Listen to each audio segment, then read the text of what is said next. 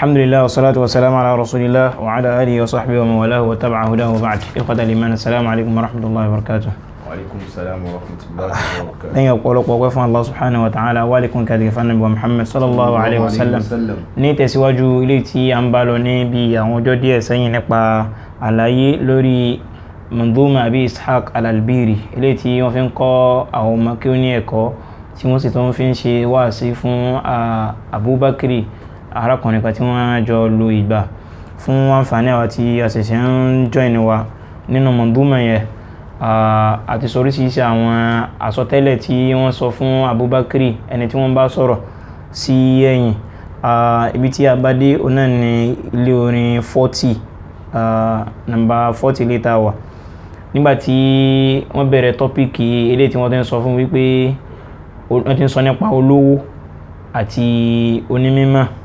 wípé bónímímọ̀ bá ń wò wípé olówó ní nǹkan kan tí àwọn onímímọ̀ ń wò pé òun ò ní, pé onímímọ̀ náà ní àwọn nǹkan mìíràn náà tí olówó náà ní. Olówó wọ́n ti ka wọn díẹ̀ sẹ́yìn tó pọ̀ sẹ́yìn, so ibi tí a bá dé ọ̀nà ni wọ́n ti sọ pé wà in rakibal jiyada musawwamatin. Ó ní wà in rakibal jiyada musawwamatin, bólówó bá ń gun ẹṣin tó jẹ́ pé wọ́n design rẹ̀ a fi wé mọ́tò ní àsìkò yìí, tó ń bá ń rí nǹkan gùn. Rakibal jiyada musawwamatin. Bó ṣe wù kọ́ fáìn tó wọ́n náà tọ́jú ní mímọ̀, ìwọ́n náà ní tiẹ̀ náà, kí ni nǹkan tó ń ní? Lantamana hijatako rakibita, lantamana hijatako rakibita. Àfààní manahiju takwa, àwọn àpáyọ Ọlọ́run tí wọ́n náà ń gùn tó lówó náà rí gùn, ìwọ́n náà rí nǹkan kan gùn náà nú ni. Lantamana hijatako rakibita, lantamana hijatako rakibita. A jẹ́ pé òun náà ti rí nǹkan gùn náà nìyẹn. Lẹ́yìn ìgbà náà, nínú àwọn nǹkan tó lówó tún lè ní tí ó ní mímọ̀ lè má ti ní àṣẹ́sì lórí rẹ̀, òun náà lóbìnrin wà. Ó ní kò sí bólówó ṣe fẹ́ jẹ́ wípé ó rí àwọn obìnrin tó nífẹ̀ẹ́ sí, ó rí wọn fẹ́ tó láyé. abkarul ghawani yani imra'atun ghaniya, al-ghaniyatu bi jamaliha wa husniha, obìnrin tó fine. Bólówó ṣe wù kó rí ẹni tí ó fẹ́ nínú wọn tó kíni afani kambikirin, àìmọye obìnrin, kam khabariya ni ẹ mélòó àìmọye research ni wọ́n náà ti ṣe gẹ́gẹ́ bí onímímọ̀ tó jẹ́ pé olówó tí ìrírú rẹ̀. Àìmọye hikam, àwọn ẹgbọ́n àti ẹ̀kọ́ ni wọ́n náà ti lọ sọ ló fi sàwọn èèyàn láǹfààní ìwò onímímọ̀.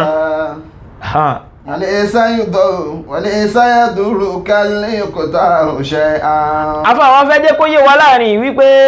bólówó bá ti ẹ̀ lówó, ìwọ tó jẹ́ onímímọ̀ tó lówó lọ́wọ́, ibì kan tí wọ́n ti jó lówó lọ ní wípé olówó tó ń tówó rẹ̀ kò lè sọ pé wọn ò ní wámọ̀, ó gbọ́dọ̀ wámọ̀ náà ni. Afá àwọn fẹ́ jẹ́ kó yé wa wípé onímímọ̀ ó lè ṣe láì lówó lọ́wọ́ ń tiẹ̀ tí ó sì ní problem. Ó ní walaysa yadurru al-iqtaru,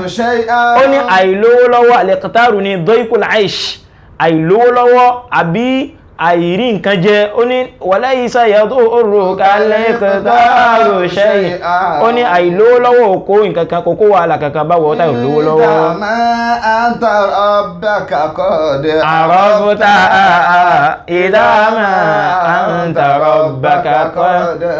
Nígbàtí wọ́n tó lówó lọ́wọ́ tó sì ní mímọ̀, tó fi ìmọ̀ rẹ̀ tó fi dá Ọlọ́run ọba rẹ̀ máa jẹ́ pé ìlówó lọ́wọ́ kò kó ṣòro kankan bá ọ. Famadha indahu laka min jamilin. Ó ní ìwọ tó ní mímọ̀, àìmọye nǹkan ní bẹ lọ́dọ̀ Ọlọ́run ọba tó ti dúró dè wọ́n ti ẹ tó ń retí rẹ gan. Famadha indahu laka min jamilin. Fakam inda Allahi min jamilin laka ayyuhal alim àìmọye nǹkan ní dúró de wọ onímímọ̀ lọ́dọ̀ Ọlọ́run ọba àlékọ́ ọlá tó ti kó pamọ́ fún wọ níjọ́ mìíràn kíá. ìtọ́àtì ànákọ́tà ìdábìfìnà ìtọ́àtì. nígbà tí wọ́n tó onímímọ̀ tó bá ti lọ tán sínú Ọlọ́run ọba rẹ pátápátá ní titan yáyì tó fi páyọ̀ Ọlọ́run ọba tán sínú Ọlọ́run ọba rẹ̀ a jẹ́ pé ò ní ṣòro kankan láyé. nígbà tá a fẹ́ wọ́n parí comparison láàrin olówó àti onímímọ̀ wípé onímímọ̀ ló ju olówó lọ. àwọn àfáà wọ́n ṣe ìyapọ̀ ẹnu wípé èwo ló lóore jù alfakiru sọ́bìr àbí alghaniyu shakir sólówó tí ó ń dúpẹ́ fọ́lọ́run ọba lólóore jù wájú Ọlọ́run ọba ní àbó ní mímọ̀ tó jẹ́ wípé ó ṣe sùúrù lórí àìlówó rẹ̀ èwo náà méjèèjì lólóore jù àwọn afáṣe yẹpẹ ẹnu. Ibn al-Qayyim rahimahullahu ta'ala ó ní sa'altu ibn Taymiyyah rahimahullahu ta'ala an dhalik ó ní mo bi àfáà mi Ibn Taymiyyah léèrè lórí mas'ala yìí pé èwo lólóore jù nínú olówó tó jẹ́ pé ń fowó rẹ̀ mọ Ọlọ́run àti onímímọ̀ tí ò ní owó lọ́wọ́ àmọ́ tó ṣe sùúrù lórí nǹkan tọ́lọ́run bá ṣe fún ó ní òun bí Ibn Taymiyyah lórí eléyìí faqala afdaluhuma atqahuma ipé ẹni tó lóore jù nínú àwọn méjèèjì òun nílẹ̀ tó bá páyọ Ọlọ́run bá jù náà méjèèjì tó yẹ pé lówó náà ló fi ó fi hàn pé kìí ṣe èèwọ̀ kéèyàn ò lówó lọ́wọ́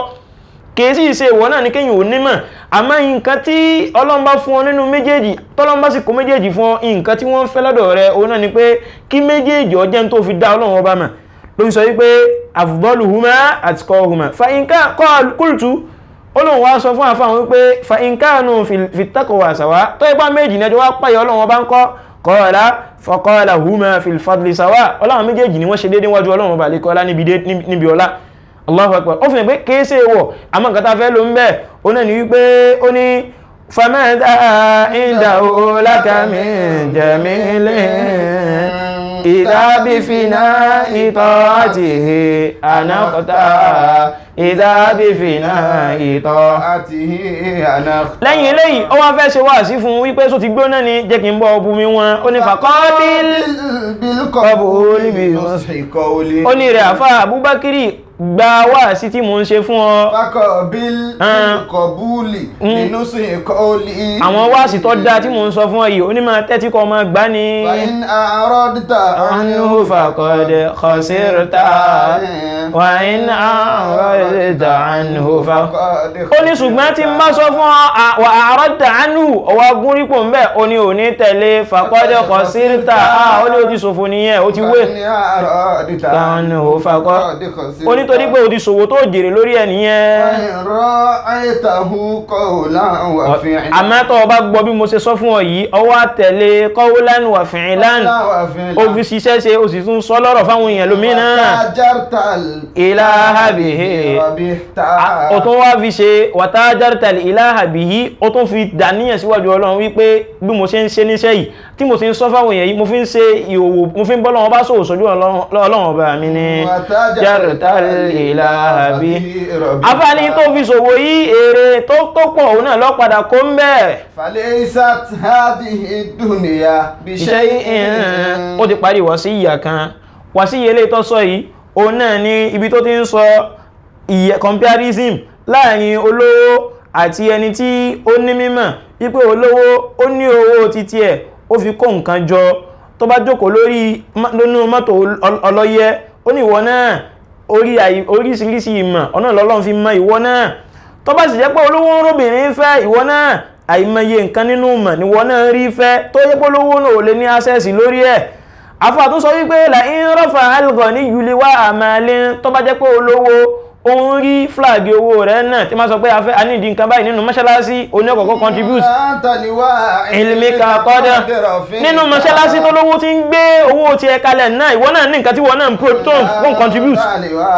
ilmika kí ni nǹkan tó ń produce nínú mọ́ṣálásí òun náà ní pé ìwọ náà ná mímọ̀ rẹ̀ tí máa sọ pé ẹ dákun ọ̀rọ̀ ẹ̀sìn ti dàrú nínú mọ́ṣálásí ìwọ náà rí nǹkan tí wọ́n náà ń contribute so má jẹ́ kí inú rẹ̀ ó bàjẹ́ gbólówó sí ń contribute láwùjọ níwọ tó ní mímọ̀ náà lórí nǹkan tó ń contribute láwùjọ afáwa parí ẹ̀ bẹ́ẹ̀ láàrin comparison wípé ìwọ olówó ìwọ onímímọ̀ nǹkan tó fi wá ju olówó lọ òun náà ni wípé o ní àwọn àìlówó lọ́wọ́ tí ẹ kò kó wàhálà kẹ́kẹ́ bọ́ níwájú Ọlọ́run ọba tó bá ti páyọ Ọlọ́run àmọ́ aláìlówó lọ́wọ́ tó sì ẹni tó lówó lọ́wọ́ tí ó wà ní mímọ̀ làfáà sọ wípé wàtúfúkọ́dù ń jà ìlítàwà àǹtàbákin wípé àìlówó lọ́wọ́ rẹ̀ yóò mọ̀ dàbí bàtà pé wọn ò kà sí náà ni ìnà alimtawa kọ́dẹ̀ fòkédétà wàtújádù ìnà alimtawa kọ́dẹ̀ wípé àìlówó lọ́wọ́ àìní mímọ̀ wípé ìmọ̀ sọ yẹn di ẹni àwátì ni wípé àmọ́tọ́ ọba ti ní mímọ̀ ọmọ dàbí bàtọ́ jẹ́ pé òsì tó ń sẹ̀mí ni kódà kó ti bọ́ sálẹ̀ kìí àmọ́ ọlọ́run kódà kọ́ mọ́ sí láàrin wọn wọ́n máa fi máa rẹ́ wọ́n máa fi rántí rẹ̀ ó fi hàn pé láàrin bẹ́ẹ̀ nísìn ó ti parí comparison ilé tó wá kù nísìn òun náà ni ètí afáwa Abu Ishaq al-Albiri tí wọ́n fẹ́ fi máa ṣe tẹ̀sùwìrù dúníyà lánàá wọ́n fẹ́ máa picture ilé ayé fún wa wípé ayé tí tá a fẹ́ máa kàkún tá a fẹ́ máa wá ní ọ̀nà kọ̀nà yìí tá a fẹ́ ṣe yahoo tá à ń ṣe gbájú ẹ̀ àtàyè oríṣiríṣi àwọn nǹkan tọ́lọ́wọ́ bọ̀ yọ́nú sí owó èlé àìmọye nǹkan wípé tí nítorí àló fi ń dààmú mọ́wọ́ ayé òun àwọn àìmọye àwọn nǹkan ní ìṣẹ̀lẹ̀ nínú ayé yẹn tó jẹ́ wípé ìmọ̀ kó wàhálà fún yẹn gan téèyàn fi filẹ̀ àwọn nǹkan yẹn ó wà ní Abu Ishaq fẹ́ máa sọ fún wa nínú àwọn ọ̀rọ̀ tí ó ń bọ̀ wá abẹ́lọ́nà náà ilé àgbẹ̀ kọ́lọ́njẹ́ kó ṣe wá láǹfààní subhanakallahumma wa hamdik nashhadu an la ilaha illa anta nastaghfiruka wa natubu ilayk. sí gbogbo ẹ̀yin tẹ́ ti ṣe tán láti rin ìrìn àjò mímọ́ lọ sí mẹ́kà umrah lẹ́yìn fẹ́ lọ ni àbí hajj lẹ́yìn fẹ́ dé tètè máa bọ̀ ní ilé iṣẹ́ àlùbáríkà gbogbo ohun tí ń mú ìrìn àjò rọrùn láti ilẹ̀ yìí dídí dọ̀hún gbogbo ẹ̀ ti wà nínú ètò ilé gbígbé ni ziyara ní lílọ ni kódà àwọn àlùfáà tí wọ́n kájú ẹ̀ ni wọ́n jọ ń ṣiṣẹ́ àdéhùn ló jẹ wọ́n lógún tí ẹ̀yin náà bá ti mú àdéhùn yìí ṣe lílọrí àbọ̀rẹ́ ni yóò já sí àwọn tí wọ́n ti bá wọn lọ rí ni wọ́n ròyìn fáwọn tí ò tí ì bá wọn lọ wípé tẹ́ ẹ bá wọn lọ ìrọ̀rùn ló máa já sí títí darapọ̀ mọ́ àlùbáríkà hajj and umrah services installment payment is allowed ilé iṣẹ́ àlùbáríkà wà ní number 11B amadu close Maikan bus stop Ẹgbẹ́dá Lagos tàbí kẹ́ ẹ pè wọ́n sórí 08170859436 àti 08160227742 àti 08021023090 àlùbáríkà ìwọ là ń bá lọ o.